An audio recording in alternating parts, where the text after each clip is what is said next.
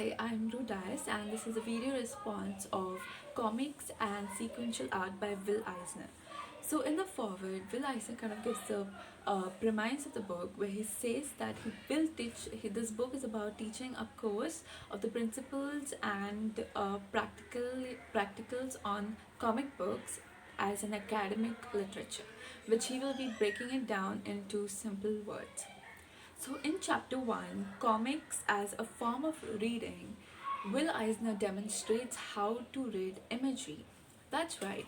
Now, comic books has had its own sophisticated audience from the black and white comic strips printed in newspapers to the modern colorful volumes of comic books.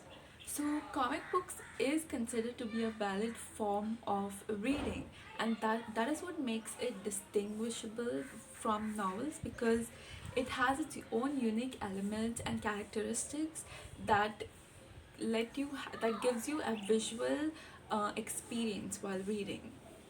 Now, Will Eisner shows us the verbal and visual imperative, which shows the process of successful crossbreeding of illustration, that is the art, drawing, as well as prose, that is the syntax, plot, and the grammar. So, in other words, he is showing the interplay of both the word as well as image.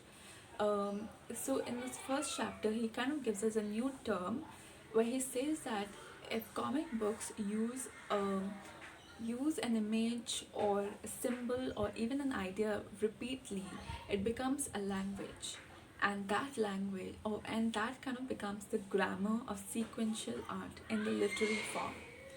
Um, so the application, so Will Eisner also tells how the artist, while creating a comic book, keep in mind not only the grammar construction but as well as the laws of physics and make it into simple words to the language as we know it. So in comics, sometimes the text is given visual treatment as in any type of graphic art form which acts as a part of the vocabulary. So in this first chapter, there's a subplot which says that text reads as an image, where Will Eisner introduces a new term called lettering, which it defines as any typeface which is written in comics. So, text reads as an image itself explains where the visual treatment of words. So, the words just don't act as a text, but it acts as an imagery itself. So, the font that the words are written in comics kind of showcases how the mood the author wanted to show, the sound he was trying to achieve, and as well as the climate that the author wanted to go for.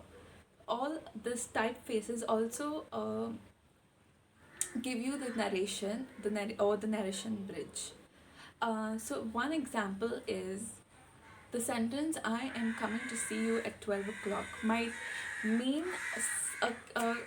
something else in a normal font, but if it was written in bloodied scrawled manner typeface, it would evoke the emotion of fear and horror in the reader.